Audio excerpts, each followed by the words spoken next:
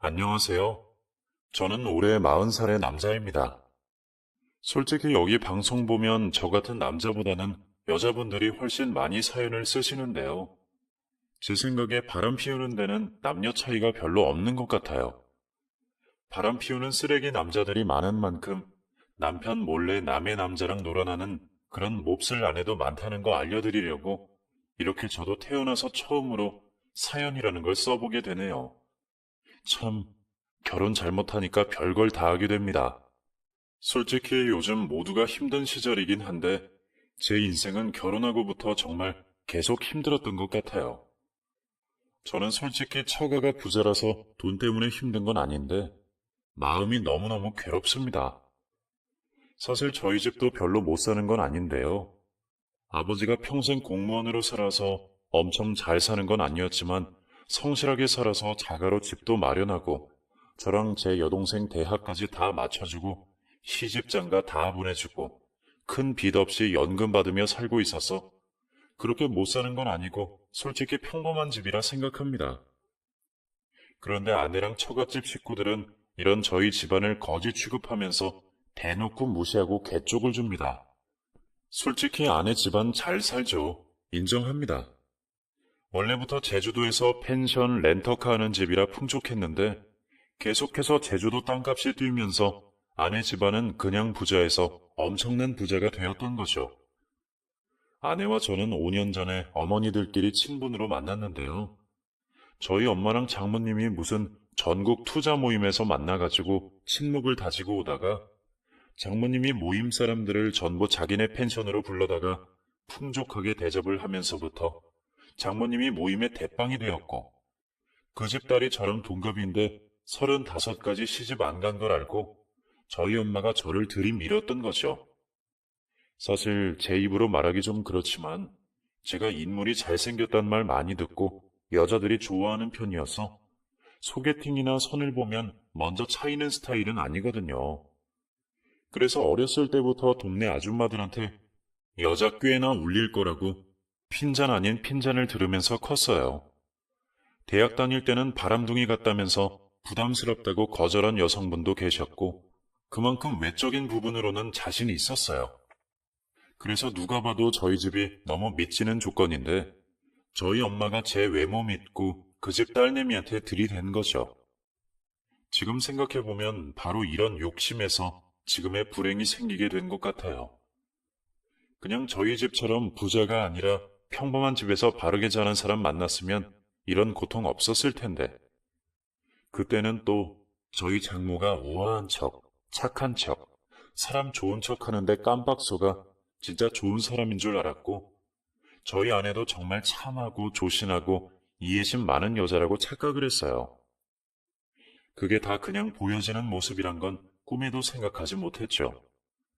사실 앞뒤가 다른 인간들은 주위에서 얼마든지 볼 수 있는데, 저는 그냥 이렇게 부잣집이고 배려심 많은 것처럼 행동하는 여자가 진짜로 착했으면 좋겠다고 믿고 싶은 대로 믿어버린 것 같아요. 그래서 처음 아내 만났을 때 착하고 친절한 모습이 좋아서 연애한 지 6개월 만에 초고속으로 결혼을 했습니다. 제 아내도 처음부터 제 외모에 반한 게 느껴져서 잘해줬고, 장모님이나 장인어른도 결혼 전에는 그렇게 인자할 수가 없어서 굳이 질질 끌 필요가 없었죠. 아유, 반반 결혼은 무슨, 너무 부담 가질 필요 없습니다. 어차피 결혼하면 한 식구나 마찬가지인데 너무 돈 가지고 따지면 모양새도 나쁘고 괜히 감정 상할 일도 많잖아요. 그냥 여유 되는 쪽에서 조금 더 하는 게 이치에 맞다고 봐요. 저희 쪽에 더 여유가 있으니까 집은 저희가 마련하겠습니다. 그리고 솔직히 안사돈이랑 저랑은 이미 친구 사이나 마찬가지니까 너무 부담 가지지 마세요. 나중에 저희 투자 친목 모임에서 안사돈이 대박 나면 그때 저희한테 살해하시면 되고요. 저희 엄마는 상견례에서 장모가 저 말 한 걸로 감동 먹어서 온 동네에 다 자랑하고 다니고 저희 이모들한테 다 전화 돌려서 아마 우리나라에서 제가 장가를 제일 잘 간 사람일 거라는 말도 안 되는 소리까지 하더라고요. 우리 아들이 대한민국에서 장가 제일 잘 가는 거야. 요즘 세상에 다들 반반 결혼하고 심지어 아직도 집은 남자가 해와야 된다고 생각하는 사람도 많은데 세상에 우리 새애기 집에서는 그냥 지들이 집을 마련해 주겠다네. 새애기 앞으로 해놓은 강남에 30평대 아파트가 있는데 거기에 그냥 들어와서 살라는 거야. 강남 30평이면 지금 얼만 줄 알아? 20억이 넘어 20억이. 세상에 대한민국에서 20억짜리 집을 턱하니 해주는 마누라가 어딨어. 아주 내 아들이지만 저놈이 아주 38 광땡이 났고 대박 중에 대박이 난 거 아니겠어? 이게 꿈인가 생신가 몰라. 결혼 전에 저희 엄마는 이렇게 틈만 나면 며느리를 자랑하며 정말 좋아했었는데요. 결혼 후에 그렇게 좋았던 며느리가 자기를 식모 취급하고 애 낳고는 완전히 보모 취급하니까 이제는 며느리 얘기만 나와도 혀를 차면서 욕부터 튀어나옵니다. 물론 처음부터 그런 건 아니었죠. 처음에는 와이프나 장인 장모가 저한테 제법 사위 대접을 해주고 집으로 초대해서 맛있는 음식도 차려주곤 했는데요.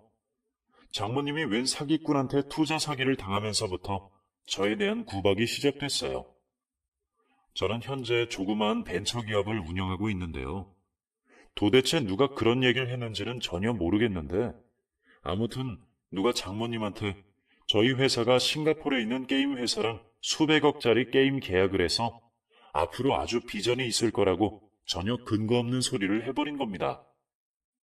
알고 봤더니 장모님은 여기에 혹해서 저런 아내를 만나게 했던 거였죠. 당연히 그 사람은 사기꾼이어서 장모님이랑 투자 모임 사람들의 돈을 사기쳐서 해외로 날랐는데 그 여파가 고스란히 저한테 온 거죠. 저는 그 사기꾼을 전혀 본 적도 없고 대체 왜 사기꾼이 저희 회사를 상대로 그런 헛소리를 했는지 모르겠는데 아무튼 장모님은 그 이후로 저를 사기꾼 취급을 하는 겁니다. 그리고 모진 구박이 시작됐어요. 그 이후에 처가에 가면 장모가 하도 못된 말만 해대서 밥 한 끼를 맘 편히 먹은 적이 없습니다. 자네는 좋겠네, 복이 많아서. 요즘 자네처럼 벤처기업이니 뭐니 회사만 내놓고 돈도 못 버는 거지들은 장가는커녕 연애도 못하는데 자네는 무슨 복이 있어서 우리 딸을 만났는지. 아휴, 나는 당연히 우리 딸 보내도 될 정도로 좋은 회사 대표인 줄 알았지. 이렇게 개털인 줄 알았으면 절대 안 만나게 하지 않았겠나. 그리고 생각하면 생각할수록 자네 행실이 참 그래. 아니, 회사 실적도 그 모양이고 집안도 내세울 거 하나 없으면 우리한테 왜 자네랑 결혼하려고 하는지 솔직하게 다 털어놓으면서 물어봤어야지.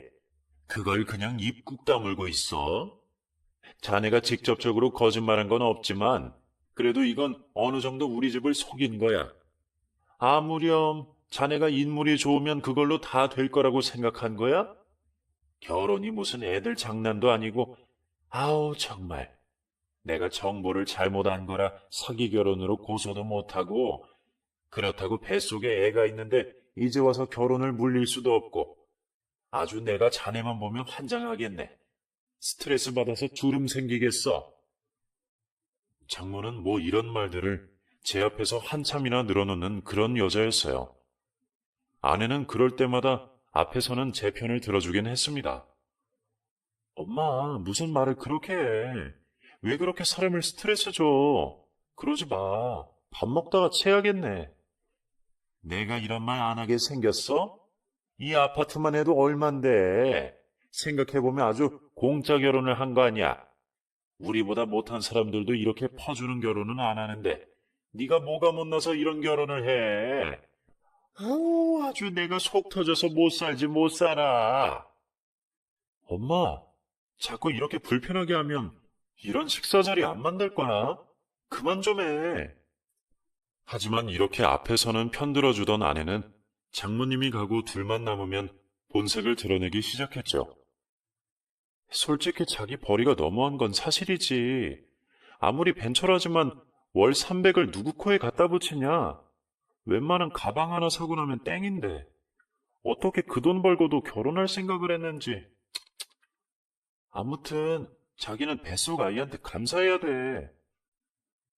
이렇게 아내도 제 회사 매출 보고 대놓고 저를 무시를 했죠. 강남 30평짜리 아파트. 그래요. 아주 좋은 곳이죠. 참 남들이 엄청 부러워했고 환경이 쾌적하긴 했지만 저런 아내가 저 따위 말들을 하고 장모가 수시로 들러서 사람 무시하니까 아주 지옥이 따로 없었습니다. 애가 태어나고는 더 심했죠. 아이 돌잔치 때 저희 회사 직원들, 그래요. 아직 그 수가 적어서 2명밖에 되지 않지만 그래도 저한테는 정말 소중한 운명을 같이 하고 있는 고마운 직원들인데 그런 회사 직원들 앞에서도 저를 개무시를 하는 겁니다. 제일 가장자리에 앉혀놓고 아내는 그 직원들 앞에 오지도 않고 아이를 보여주지도 않았죠. 그저 자기들 부자 지인들 앞에서만 하하호호 웃으면서 너무 차별 대우가 심했습니다. 보다 못한 저희 엄마가 많이 먹고 가라고 와줘서 고맙다고 인사하며 제 직원들을 챙겼습니다. 그날 제 직원들 금반지까지 맞춰왔는데 우리 딸 얼굴은 제대로 보지도 못하고 사진만 실컷 보고 갔네요. 아무리 회사 매출이 없는 벤처기업이라도 저도 엄연히 회사 사장인데 아주 제 얼굴에 먹칠을 하더군요. 게다가 그날 저희 엄마 아빠는 완전 찬밥 신세고 돌잔치의 주인공은 제 딸이 아니라 아내와 처가 식구들 같았습니다. 자기들끼리 사진 찍고 하하호호 손님들하고 담소 나누고 아주 철저히 저희 집안을 뭉개버리더군요. 마음 같아서는 돌잔치고 뭐고 확 엄마 아빠 모시고 나가고 싶더라고요. 하지만 또 없는 게 죄라고 저는 꾹꾹 참았습니다. 그런 저를 보면서 저희 엄마도 가슴이 아팠는지 손을 꼭 잡아주면서 말했습니다. 이 엄마가 미안하다. 내가 내 욕심에 부잣집에 장가 보내고 너 이런 대접받고 사는 줄은 꿈에도 몰랐다. 우리 아들 얼마나 마음고생이 심해. 근데 이제는 애도 있으니까 점점 살다 보면 철들 날도 올 거야. 애 아빠 계속 무시해봤자 지 얼굴에 침 뱉기거든. 그러니까 우리 아들 더럽고 힘들어도 조금만 참자. 너도 알겠지만 돈 벌기 어렵잖아. 하는 짓이 괘씸하기는 해도 그래도 네 나이에 강남 아파트에서 사는 게 쉬운 일이 아니니까 이 엄마가 너 도와줄게. 힘든 일 있으면 내가 우리 아들 지켜낼게. 새애기도 아직 철이 없어서 지 엄마 장단에 놀아나는 거지. 그리고 네 장모도 지금은 저래도 처음엔 사람 좋았잖아. 우리가 열심히 노력하면 다시 좋아질 수도 있어. 그러니까 우리 같이 노력해보자. 이렇게 속상한 제 마음을 저희 엄마가 위로해 주셨어요. 그리고 아내에게도 힘든 일 있으면 도와주겠다 말했는데요. 그 말 듣자마자 아내는 저희 엄마를 베이비시터로 부리기 시작했습니다. 걸핏하면 자기 급한 일 있다고 저희 엄마를 불러내서 자기는 고급 차 타고 장모님이랑 명품관 쇼핑을 하고 맛있는 거 사 먹으러 다닐 동안에 저희 엄마는 갓난쟁이 우유 먹이고 똥기저귀 갈아주고 놀아주느라고 끼니도 제대로 챙겨 먹지 못했죠. 아내는 집에서 놀고 먹고 돈 한 푼 안 벌면서도 설거지 한 번을 제대로 안 해서 일하는 아주머니를 불렀는데요. 저희 엄마가 도와준 이후부터는 이틀에 한 번 오던 아주머니가 일주일에 한 번 왔기 때문에 빨래를 산더미처럼 쌓아놨고 집안 꼴도 엉망이어서 결국 저희 엄마는 애 돌보면서 집안일까지 하게 되었습니다. 한 번은 제가 회사 끝나고 집에 오는데 엄마 혼자서 아이를 업은 채로 청소기를 돌리며 몰래 눈물을 훔치고 있는 걸 보는데 정말 너무 죄송하고 아내한테 화가 나서 꼭지가 돌더라고요. 그런데 아내는 그날 양손 가득 백화점 쇼핑백을 들고 집으로 들어오는데 고기 냄새가 확 풍기더라고요. 저는 그래서 엄마를 보내고 나서 아내하고 한판 했습니다. 너 돈 많잖아. 왜 우리 엄마를 저렇게 부려? 당장 일하는 아주머니 원래처럼 일주일에 2번 오시게 하고 베이비시터도 따로 채용해. 시어머니 저렇게 일 시키고 너는 장모님이랑 명품관 쇼핑하고 갈비 처먹고 왔냐? 아무리 그래도 내가 네 신랑이고 나 낳아주신 우리 엄마를 저렇게 식모 부리듯이 부리고 싶디? 우리 엄마 밥도 못 먹고 하루 종일 애봤어. 그래놓고 미안하지도 않아? 하루 종일 얼마나 배고프고 힘드셨겠어. 그렇게 미안하고 애틋하면 오빠가 회사 끝나고 빨리 와서 같이 저녁 먹어드렸으면 됐겠네.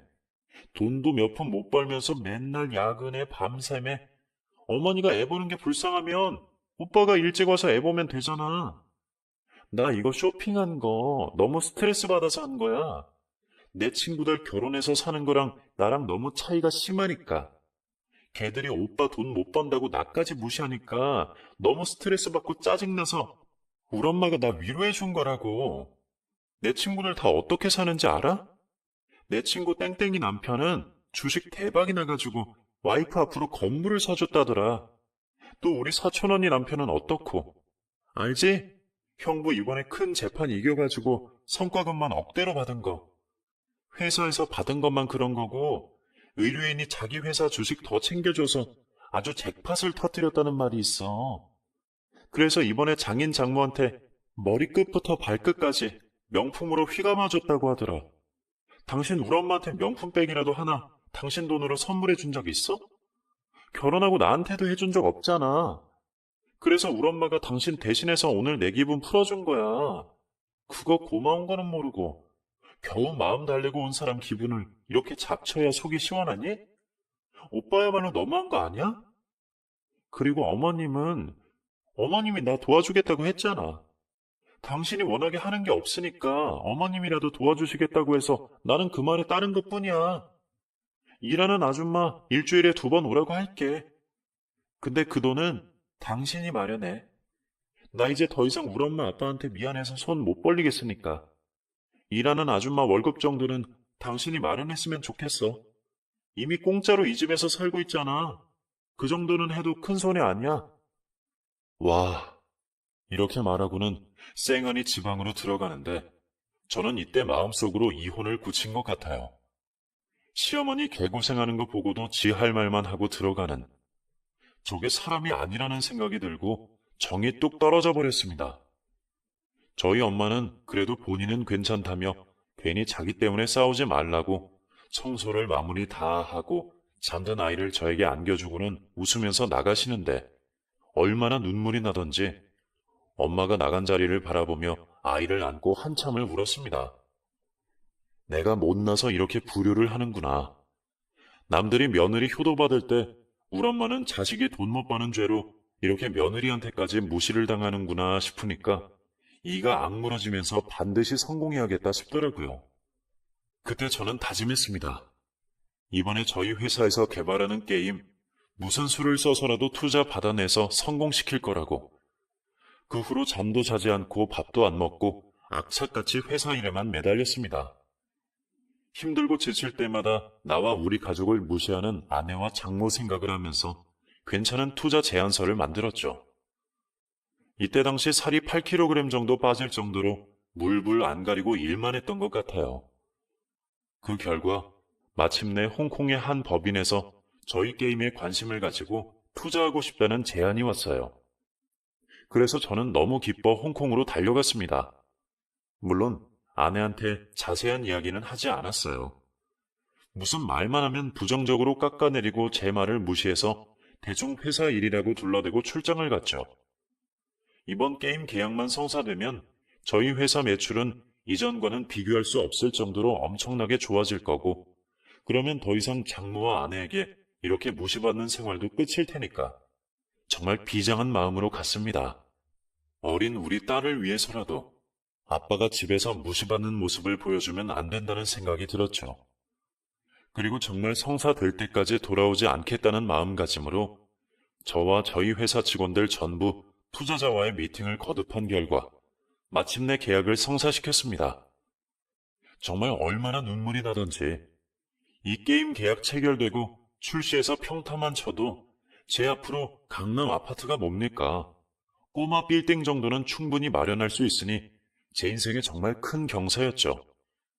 만약에 출시된 게임이 성공가도 달리면 장모님이랑 아내한테 그동안 엄마랑 저한테 잘못한 일들 꼭 사과를 받아내겠다고 생각하고 또 고생한 엄마 호강시켜드릴 이런저런 행복한 상상들을 하면서 공항에서 내려서 집으로 돌아왔는데 제가 출장 갔다 돌아오는 날인 거를 기억하지 못했는지 집에는 아무도 없더라고요. 뭐 엄청난 환대까지는 아니어도 그래도 일주일 동안 해외 출장 간 남편이 돌아오면 같이 밥은 먹을 줄 알았습니다. 뭐 아내 성격에 손수 차려주는 건 바라지도 않고 그냥 어디 가까운 식당에서 같이 밥은 먹을 수 있을 줄 알았죠. 그런데 일주일 만에 집에 왔는데 집에 아무도 없더라고요. 마치 저라는 존재를 전혀 신경 쓰지 않는 것처럼 휑한 집안 분위기에 실망했어요. 정말 씁쓸했습니다. 그래서 침이나 챙기고 얼른 씻은 다음에 딸아이가 있는 부모님 집으로 가서 따뜻한 엄마 밥을 먹어야겠다 생각하면서 캐리어에 있는 짐을 빼서 다시 정리를 해놓고 있는데 안방이 뭔가 이상한 겁니다. 방 안 전체에서 예전에 느껴보지 못한 묘한 향이 났어요. 아내가 쓰는 향수도 아니고 제가 좋아하는 향도 아니고 뭔가 이상한 아주 낯선 향이었죠. 보통 여자들이 직감이 좋다고 하잖아요. 근데 남자들도 직감 좋은 남자들 있습니다. 아니, 오히려 위기 상황에서 동물적인 본능은 오히려 남자가 더 발달했을 수도 있어요. 아무튼 저는 그날 본능적으로 너무 이상한 직감이 들었습니다. 그래서 온 방을 샅샅이 살펴보았고 아주 작은 남자 스킨로션 샘플을 발견했죠. 그리고 그 향을 맡은 순간 방 안에 은은히 배어있던 그 낯선 향이 났고 다른 남자가 이 방에 왔다는 걸 알게 되었습니다. 왜냐하면 그 스킨로션 샘플은 절대 제 것이 아니었으니까요. 저는 선크림까지 한 번에 다 되는 올인원 제품을 바르지 그런 스킨로션을 따로 바르지 않습니다. 그리고 더 찾아보니까 이런 말까지 하는 게 좀 그런데 그 남자의 것인지 아내의 것인지 모를 정체불명의 털 몇 개가 침대 근처에 떨어져 있더군요. 그걸 보는데 정말 얼마나 억장이 무너지는지. 하지만 그때까지만 해도 완전히 믿고 싶지 않았습니다. 그 정체불명의 털이 꼭 낯선 남자의 것이 아니라고 아내만의 것일 수 있다고 믿고 싶었으니까요. 무튼 그때 당시의 심증만 있을 뿐 확실한 물증이 전혀 없었기에 아내 몰래 증거를 찾기로 결심했죠. 그래서 그날 저녁 태연하게 아내가 오기만을 기다렸어요. 제가 출장 간 사실을 까먹었는지 오자마자 제대로 인사도 하지 않더라고요. 백화점 가서 또 쇼핑을 하고 왔는지 양손에 가득 짐을 들고 와서는 그날 산 가방이랑 구두 확인하느라 저는 아예 안중에도 없었어요. 저는 그 틈을 타 몰래 아내 핸드폰을 가지고 화장실로 들어가 슬쩍 봤지만 비밀번호가 걸려 있어서 보진 못했어요. 여기 사연 올려주시는 분들은 쉽게 배우자 비밀번호나 패턴 알아내서 핸드폰 보신다던데 저는 그게 너무 힘들더라고요. 결국 핸드폰 보는 건 포기하고 아내가 타고 다니는 차량 블랙박스를 확인해 보기로 했어요. 보통 바람 피면 증거물을 찾을 수 있는 게 첫 번째가 핸드폰이고 두 번째가 차량 블랙박스잖아요. 그래서 밤에 깊게 잠든 아내 몰래 주차장에 내려가 블랙박스를 살펴보고 저는 경악을 했습니다. 세상에. 아내는 역시나 저 몰래 바람을 피우고 있었는데 그 대상이 너무 충격적이었습니다. 그렇게 고상한 척, 우아한 척, 착한 척을 하던 아내가 글쎄 장모님의 운전기사와 차 안에서 그 짓거리를 하고 있는데 저는 몇 번이나 제 눈을 의심하며 영상을 다시 확인했죠. 나이가 아내보다 한참 어린 20대 후반의 장모님 운전기사가 틀림없었습니다. 저는 너무 소름이 돋아서 일단 증거 영상으로 블랙박스 영상을 전부 복사했어요. 비싼 수입 외제차라 아주 철저하게 앞뒤로 블랙박스를 달아놓았는데 그게 나중에 자신에게 불리하게 작용될 줄은 꿈에도 몰랐겠죠. 마음 같아서는 당장 두 년놈들을 다 조지고 싶었지만 감정적으로 섣불리 접근해서는 오히려 제가 공격당할 게 뻔했기에 꾹꾹 참고 영상을 분석해보니 년놈이 만나는 시간은 정해져 있더라고요. 그 운전기사가 쉬는 날 한강변에서 그 짓거리를 즐기더군요. 아주 추잡한 짓거리를 보고 나니 저는 이 여자랑은 하늘이 두 쪽 나도 이혼해야겠다는 생각밖에 안 들었어요. 제 딸아이가 마음에 걸리기도 했지만 저런 행실이 못된 엄마 손에 커봐야 좋을 거 없다는 생각이 들었죠. 그래서 아내가 열심히 바람을 피우는 사이 저는 모르는 척을 하면서 열심히 이혼 준비를 했습니다. 상대가 부유한 처갓집인 만큼 철저하게 준비해서 공격하지 않는 이상 그 집에서 저만 쫓겨나고 손해볼 게 눈에 불 보듯 뻔했기에 짱구를 굴리기 시작했죠. 그러고 보니 제 고등학교 절친 중에 인류 로펌 들어간 놈이 있는데 그 친구한테 일단 상담을 받아보는 게 좋을 것 같아 연락을 했어요. 결혼 생활 내내 당한 수모와 제 사정을 다 들어본 친구는 마치 자기 일처럼 분노하면서 무조건 승소할 수 있게 도와준다고 하더라고요. 아내가 한 짓들을 듣고는 세상 남자 중에 분노하지 않을 사람 없다고 생각합니다. 변호사 친구는 저한테 이미 블랙박스 영상도 충분한 증거긴 하지만 요즘 이혼 소송은 재판 가서는 큰 돈을 받아내지 못한다고 하더군요. 그리고 우리나라 법상 아무리 위자료나 정신적 피해 보상이 많이 나와봤자 1억이 채 되지 않고 저 같은 경우에는 결혼한 지 겨우 5년이라 재산 분할 소송 걸기도 애매하다고요. 게다가 지금 살고 있는 아파트는 결혼 전에도 아내 소유였기 때문에 이 아파트를 반반으로 나누는 것도 힘들 수 있다는 겁니다. 한마디로 아내가 유책 사유자이긴 하지만 제가 원하는 만큼의 복수나 재산 분할은 불가능한 일이었죠. 그렇게 낙담하고 있는 제게 친구는 은밀하게 다른 제안을 하더라고요. 원래 법적으로 문제될 수 있어서 다른 의뢰인한테는 이런 식으로 조언을 하지 않지만 저는 친한 친구니까 특별히 방법을 알려주겠다고 하더라고요. 얼핏 들어보니 정말 무릎을 탁 치며 이거다라는 생각이 들었어요. 저는 그렇게 친구의 제안을 받아들여서 합의 이혼으로 가닥을 잡았습니다. 그리고 아내와 장모가 제 요구를 들어줄 수밖에 없도록 철저히 준비를 하고 있을 찰나 꼴도 보기 싫은 장모의 환갑날이 왔습니다. 아, 진짜 너무 가기 싫지만 그래도 제 속마음을 들켜서는 안 되니까 장모 환갑날 아무렇지도 않은 척 장모랑 아내 비위에 맞게 한껏 꾸며서 장모가 좋아하는 명품백 선물까지 사서 일단 환갑잔치에 갔는데요. 아이 때문에 또 저희 엄마가 그 자리에 동행을 하게 되었습니다. 딸아이가 이제는 할머니를 엄마로 여기고 한순간도 할머니 품을 떠나려고 하지 않아 어쩔 수 없이 저희 엄마가 같이 온 거죠. 그런데 이 자리에서 또 장모가 지인들에게 은근히 제 흉을 보고 아내 자랑을 하기 시작했습니다. 우리 사위 관상 봐봐. 아주 잘생겼지? 내가 아주 볼 때마다 뿌듯하잖아. 잘생긴 사람이 복도 많은 거야. 그러니 우리 딸 같은 애를 부인으로 얻었지. 우리 딸이 얼마나 참해? 이렇게 예쁘고 똑똑하고 우아한데 요즘 애들하고 다르게 아주 개념까지 있어. 요즘 애들 다 남자 조건 보잖아. 우리 딸은 오직 우리 사위 비전 하나 보고 지가 사랑하는 남자 선택해서 강남 아파트까지 지가 마련해 줬어. 세상 천지 이런 와이프가 어딨겠어? 우리 사위는 전생에 나라를 구했다니까. 이렇게 평소처럼 저를 깎아내리면서 아내를 올려대기 시작했습니다. 결혼 2번만 잘했다가는 아주 화병으로 돌아가실 일 있나요? 솔직히 아내가 집 부자인 거 말고는 내세울 거 아무것도 없거든요. 얼굴 그 정도 반반한 건 피부과 관리에 성형수술 그렇게 받고도 그 정도도 안 되는 사람 아무도 없을 거고 그렇게 관리를 받는데도 아주 예쁜 얼굴은 아니었습니다. 평범보다 조금 봐줄 만한 정도죠.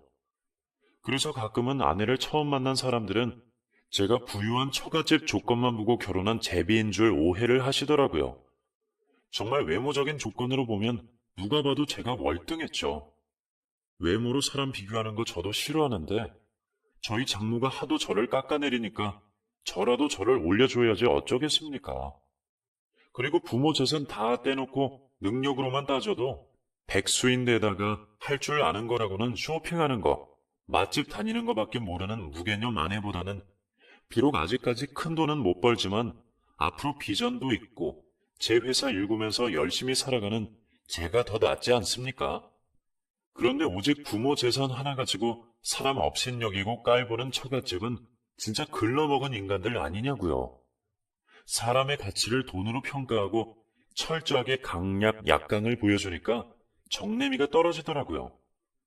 지금 생각해보면 아내가 저런 집안에서 자라서 그런 천박한 짓거리를 아무렇지 않게 하는 것 같아요.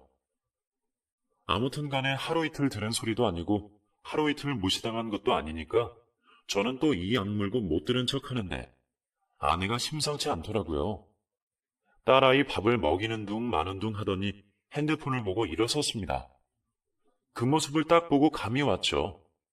분명히 이 와중에도 운전기사와 그 짓을 하러 가는 게 틀림없었어요. 와, 정말 이 미친 여자를 어떻게 조져야 좋을까? 머릿속이 아찔한데 눈치 없이 장모가 다가왔습니다. 그리고 저희 엄마가 딸아이 무릎에 앉히고 밥 먹이는 거 보고는 이렇게 말하더군요. 어머, 안사돈. 배가 많이 고팠나 봐요. 근데 애 먹일 때는 애 먹는 거에만 신경을 써야죠. 안사돈은 어떻게 애한테 먹이는 것보다 자기가 먹는 게 더 많아요? 배 많이 고프세요? 근데 그래도 좀 참으셔야죠. 내가 아까부터 지켜보니까 자기가 고기 먹은 젓가락으로 또 애한테 고기 먹이던데 위생상 좋지 않아요. 내가 끝나고 안사돈 먹을 거는 따로 싸줄 테니까 일단 애 식사부터 다 끝내놓고 나서 식사를 하셨으면 좋겠네요. 아무래도 이 나이 때 애들은 특히 이렇게 고기 먹을 때는 조금만 한눈 팔아도 체하거나 못 먹을 걸 먹어버리는데 사돈이 자기 배 채우느라고 그걸 못 보면 안 되지 않겠어요? 사돈 몫의 고기는 충분히 챙겨드릴 테니 너무 걱정하지 마시라고요. 세상에, 애 기저귀 한번 제대로 갈아준 적 없는 인간이 저희 엄마한테 저런 지적질을 한 겁니다. 저는 완전히 뚜껑이 열려버렸어요. 저희 집 가난하다고 한우 싸준다고 거짓 취급을 한 거니까요. 저는 너무 화가 나서 저희 어머니한테 말했습니다. 엄마, 일어서세요. 이딴 대접 이제 그만 받으시고요. 아무리 사위가 우습기로 써니 사돈한테까지 이렇게 함부로 하는 거, 그거 장모님 인격 문제입니다. 저 그동안 많이 참았고요. 더 이상은 못 참으니까 우리 엄마한테 함부로 하지 마세요. 장모님이 주는 그런 더러운 고기, 그거 다 필요 없으니까 장모님이나 많이 드시고요.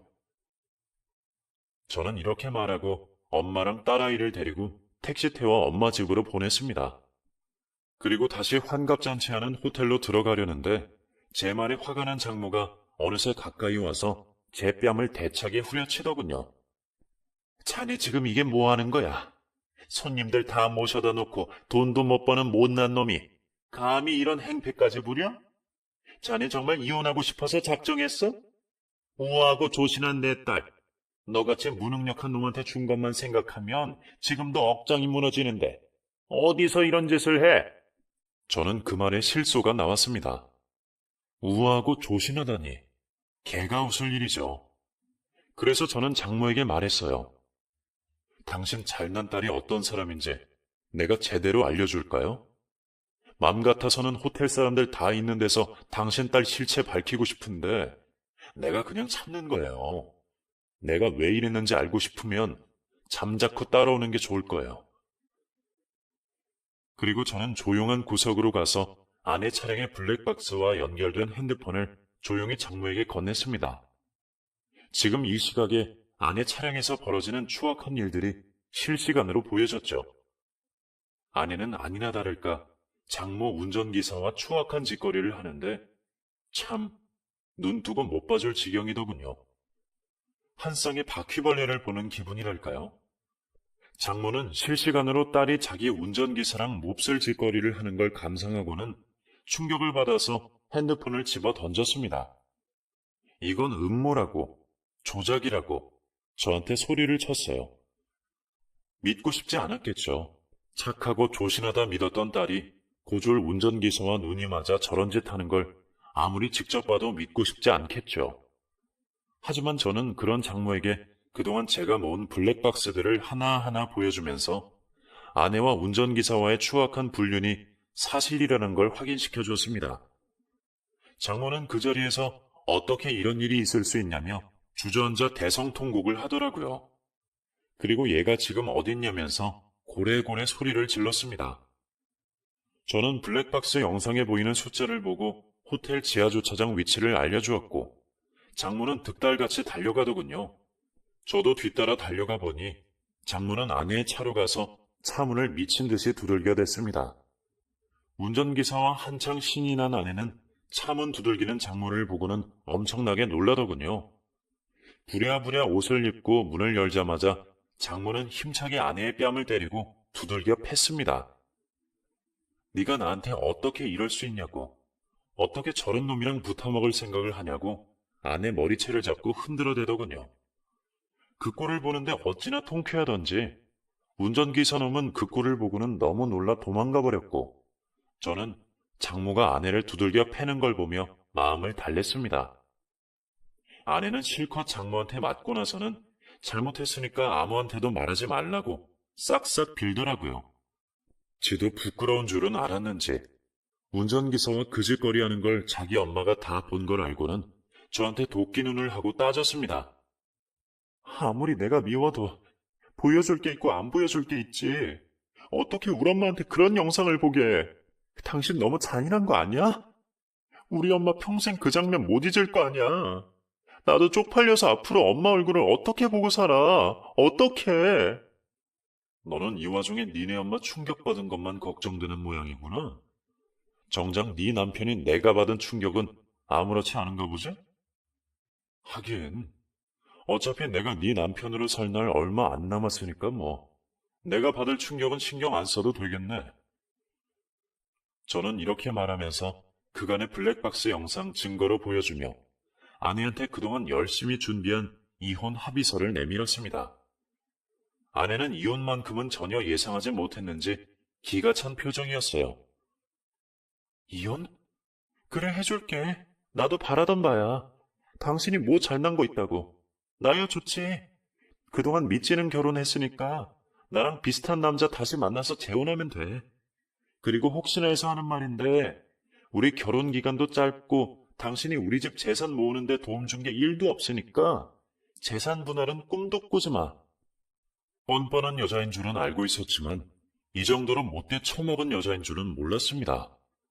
솔직히 남편 앞에서 적나라한 불륜 현정이 발각됐으면 무릎 꿇고 사과라도 먼저 해야 하는 거 아닌가요?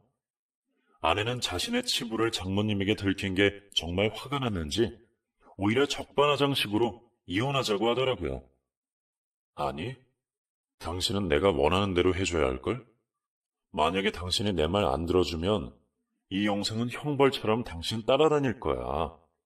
물론 그걸 다른 사람한테 공개한다는 건 아니야. 그건 범죄니까. 근데 오늘 당신이 가장 사랑하는 사람, 당신 엄마한테 그 영상 공개된 것처럼 앞으로는 당신 딸이 그 영상을 알게 될 수도 있어. 왜냐하면 언젠가 딸이 엄마 아빠 왜 이혼했냐 물으면 나는 사실 그대로를 말할 거니까. 내가 잔인하다고 생각해도 할 수 없어. 당신처럼 악마 같은 여자랑 상대하려면 나 역시도 먼저 악마가 돼야 하니까. 그동안 당신이랑 장모님이 나랑 우리 엄마한테 한 것만 생각하면 아주 이의가 갈리고 더 망가뜨리고 싶지만 그래도 내 딸 엄마니까 여기서 멈출게. 하지만 내가 원하는 대로 이혼 합의서에 도장 안 찍으면 그때는 나도 장담할 수 없어. 그러니 선택은 당신이 해. 참고로 유책 배우자는 당신이라서 법정 싸움으로 가도 어차피 내가 이기고 양육권도 내가 가져오게 되어 있어. 근데 법정으로 가면 증거 제출하니까 판사도 변호사도 당신의 그 추악한 영상을 보게 되겠지? 그러니까 당신이 현명한 여자라면 지금 내 요구를 들어주는 게 좋은 선택일 거야. 그냥 깔끔하게 합의 이혼으로 정리하는 게 여러모로 낫지 않겠어? 뭐 잘난 동영상이라고 이 사람 저 사람한테 보이는 거 당신도 좀 그렇잖아. 그러자 아내는 얼굴이 새파랗게 질려서 손을 부들부들 떨더라고요. 그리고 제 뺨을 치려는지 손을 올린 순간 제 손에 들려있던 커피를 얼굴에 부었어요. 아내가 이럴 줄 알고 일부러 커피를 준비했죠. 그동안 같이 살면서 자기 기분 나쁘면 제 얼굴에 물건 던지고 뺨 때리고 아주 난리도 아니었는데요. 심지어 제 딸이랑 밥 먹다가도 시끄럽다면서 얼굴에 물을 뿌린 적도 있었어요. 그렇게 한 번쯤 이렇게 통쾌하게 아내 얼굴에다 뭐라도 뿌리고 싶었어요. 제가 이렇게 나올 줄은 몰랐는지 어리나간 표정이더라고요. 자신이 그짓거리하면서 불륜하는 장면을 엄마에게 들킨 것도 모자라 저의 이혼 요구와 커피 싸대기가 서러웠는지 갑자기 엉엉 울더라고요. 저는 그 모습도 꼴 보기 싫어서 얼른 그 자리를 빠져나왔어요. 그 후 저 대신 변호사 친구가 고생을 좀 했어요. 장모와 아내 둘 다 마주치기는커녕 대화도 하기 싫어서 제 변호사 친구가 나서서 합의서에 도장을 찍고 이혼을 마무리했어요. 그러니 결국 제가 원하는 대로 강남 아파트와 딸아이 양육권을 제게 넘기게 되었어요. 그리고 저희 이혼은 그렇게 마무리되고 저는 지금 딸아이 키우고 살고 있습니다. 제가 회사 일로 바쁘기 때문에 저희 어머니가 주로 모든 양육을 도맡아 하시고 계세요. 아내가 얼마나 애를 돌보지 않았는지 이혼하고 나서 딸아이가 한 번도 엄마를 찾지 않더라고요. 그러니 걱정도 조금 줄어든 반면 한편으로는 엄마 사랑 못 받고 자란 딸이 안쓰럽더라고요. 그로부터 2년 후인 지금 저희 회사 게임은 해외 시장에서 굉장히 잘 돼서 돈을 많이 벌고 있습니다. 그때 홍콩에서 받은 투자로 만든 게임이 아주 대박이 나서 지금은 처가보다 더 많은 재산을 가질 수 있게 되었어요. 게다가 단순히 돈만 많이 버는 게 아니라 정부에서 유망한 IT 기업으로 선정되면서 사회적으로 명예도 얻고 꿈꾸던 성공가도를 달리고 있어요. 2명이었던 저희 회사 직원은 어느새 수십 명이나 늘었고 하루하루 늘어나는 성장률에 밥을 먹지 않아도 배부른 나날을 보내고 있어요. 제 아내는 어떻게 사냐고요? 듣자니 저랑 이혼 후 다른 돈 많은 남자랑 재혼하려고 여기저기 선을 보러 다닌다고 하던데 솔직히 애 딸린 이혼녀를 누가 쉽게 데려가겠어요. 게다가 이쁘기라도 하면 모를까 저희 집이 상대적으로 부족하니까 그 평범한 외모로 저랑 결혼을 할 수 있었던 거지 부잣집 남자가 미쳤다고 저희 아내랑 결혼을 하겠습니까? 그러니 결국 나중에는 은근슬쩍 제게 다시 잘해보자는 속마음을 내비치더라고요. 일주일에 한 번씩 저희 딸애를 만나는데 그때마다 아이한테 엄마랑 아빠랑 같이 살고 싶지 않아? 아빠한테 잘 좀 말해봐. 아빠랑 엄마랑 같이 놀이공원 갈까? 이런 말 같지도 않은 소리를 하더라고요. 결국 참다 못한 제가 한 번만 더 애한테 그딴 소리 하면 법원에 말해서 면접 교섭권도 빼앗을 거라고 엄풀을 놓았네요. 그 후로 잠잠해지긴 했지만 계속해서 틈을 노리고 있는 것 같아 새로 재혼을 해야 하나? 그런 생각이 요즘 들어 강하게 듭니다. 하지만 한 번 여자한테 된통 당하다 보니 이 세상 여자가 전부 돌로 보일 지경입니다. 저희 어머니도 이제 회사도 잘 돌아가는데 안 사람이 있어야 하지 않겠냐며 재혼을 권유하시던데 거절했습니다. 본인이 잘못 여자 소개시켜서 아내랑 결혼하게 한 죄책감 때문인지 그 뒤로는 말씀이 없으시네요. 저는 앞으로 딸아이를 위해서라도 웬만하면 혼자 살려고 합니다. 괜히 아내 같은 여자를 또 만났다가 애한테까지 상처 주기 싫으니까요. 게다가 지금은 회사 일로 너무 바빠 여자 만날 시간도 없어서 당분간은 일에만 집중하려고요. 지금 바라는 게 있다면 그저 어머니랑 하나밖에 없는 내 딸 건강하고 행복하게 사는 것뿐입니다. 긴 사연 들어주셔서 감사드리고요.